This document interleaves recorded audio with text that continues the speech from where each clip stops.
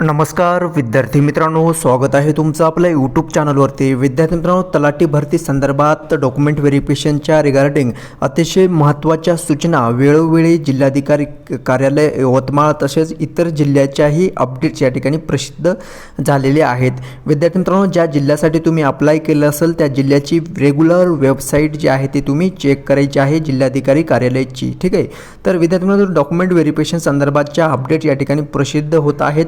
आता यवतमाळ जिल्हा अधिकारी कार्यालय अंतर्गत या ठिकाणी अपडेट आलेली आहे. तलाठी भरती डॉक्युमेंट व्हेरिफिकेशन संदर्भातच्या महत्त्वाच्या सूचना या ठिकाणी प्रसिद्ध करण्यात आलेल्या आहे. पहा, या ठिकाणी जिल्हाधिकारी यवतमाळ यांच्या आस्थापनेवरील तलाट्यांची रिक्त पदे भरण्याकरिता तलाठी पदभरती 2023च्या अनुषंगाने उमेदवारांची प्रारूप निवड यादी तसंच प्रतीक्षा यादी प्रसिद्ध करण्यात आलेली आहे. उपयुक्त प्रारूप निवड यादी आणि प्रतीक्षा यादीतील जे काही उमेदवार आहेत त्यांची बायोमेट्रिक तपासणी तसंच डॉक्युमेंट व्हेरिफिकेशन कागदपत्र पडताळणी दिनांक 15 व 16 मे 2024 रोजी सकाळी ठीक 10 ते सायंकाळी 6 वाजेपर्यंत बळी राजा चेतना भवन बचत भवन जिल्हाधिकारी कार्यालय यवतमाळ या ठिकाणी होणार आहे. विद्यार्थी मित्रांनो, प्रत्येक जिल्ह्याची ही अपडेट येत आहे. तुम्हाला व्यवस्थितरित्या चेक करायचं आहे. प्रत्येक जिल्ह्याचे जिल्हाधिकारी कार्यालयाअंतर्गत हे अपडेट येत आहे. त्यामुळे वेबसाईटवरती तुम्ही पाहत राहायचं आहे. दिनांक या ठिकाणी यवतमाळचे या ठिकाणी अपडेट आलेली आहे. तलाठी भरती संदर्भात 16 मे तसंच 15 मे 2024 रोजी ठीक सकाळी 10 वाजता 10 ते सायंकाळी 6 वाजेपर्यंत बळीराजा चेतन भवन बचत भवन जिल्हाधिकारी कार्यालय यवतमाळ या ठिकाणी डॉक्युमेंट व्हेरिफिकेशन तसंच बायोमेट्रिक केलं जाणार आहे. ठीक आहे. यामध्ये पहा, जे काही प्रारूप निवड यादी आहे त्या निवड यादीमधील सर्व उमेदवार, ठीक आहे, प्रत्येक कॅटेगरीमध्ये असो किंवा सर्व या ठिकाणी सर्व म्हणल्यानंतर सर्वच कॅन्डिडेट या ठिकाणी हजर राहायचं आहे 15 मे आणि 16 मे या दिवशी. ठीक आहे. सकाळी 10 वाजता तुमचं डॉक्युमेंट व्हेरिफिकेशन होणार आहे 10 ते 6 वाजेपर्यंत. ठीक आहे. आणि जे कॅन्डिडेट वेटिंग लिस्टवरती आहेत त्यांना 16 मे रोजी बोलवण्यात आलेलं आहे. 16 मे रोजी तुमचं DV होणार आहे 10 ते 6 या कालावधीमध्ये. ठीक आहे.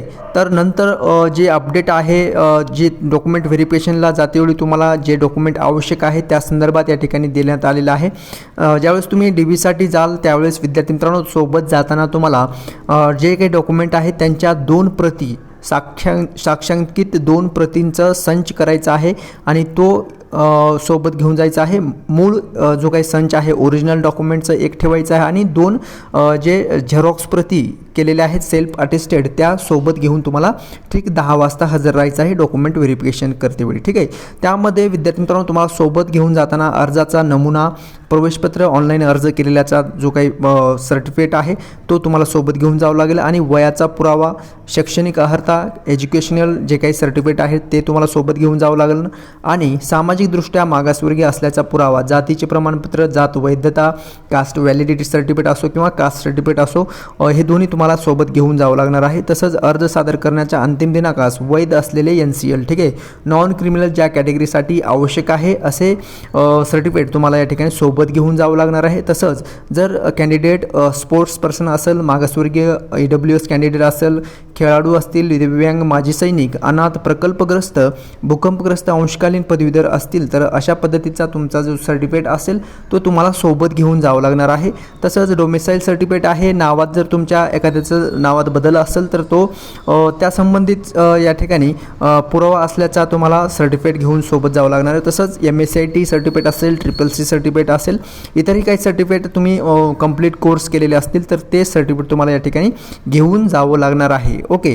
जर कॅन्डिडेट आत्महत्याग्रस्त शेतकऱ्याचे पाल्य किंवा कॅन्डिडेट असेल तर त्याचं सर्टिफिकेट तुम्हाला सोबत घेऊन जायचं आहे. लहान कुटुंबाचे प्रतिज्ञापत्र तसंच उमेदवारांचं आधार कार्ड, पॅन कार्ड, जे काही ओळखपत्र आयडेंटिटी कार्ड आहे ते तुम्हाला सोबत घेऊन जायचं आहे. साक्षांकन नमुना द्विप्रतीत तुम्हाला सोबत घेऊन जायचं आहे. विद्यार्थी मित्रांनो, अशी ही अपडेट आहे. ज्यावेळेस तुम्ही डॉक्युमेंट व्हेरिफिकेशनला तुम्हाला जायचं आहे त्यावेळेस इत्यादी डॉक्युमेंट सोबत घेऊन जायचं आहे. 2 प्रतीत घेऊन जायचं आहे.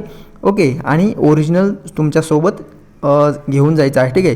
सो अशा पद्धतीची ही अपडेट आहे तलाठी भरती 2023च्या डॉक्युमेंट व्हेरिफिकेशनच्या संदर्भाची. मी परत एकदा सांगत आहे विद्यार्थी मित्रांनो, जिल्हाधिकारी कार्यालयाच्या वेबसाईटला तुम्ही व्हिजिट करत राहा. प्रत्येक जिल्ह्याची अपडेट येत आहेत, त्यामुळे तुम्हाला व्यवस्थितरित्या वेबसाईटवरती व्हिजिट द्यायची आहे, ठीक आहे. सो भेटत नेक्स्ट अपडेट घेऊन. धन्यवाद.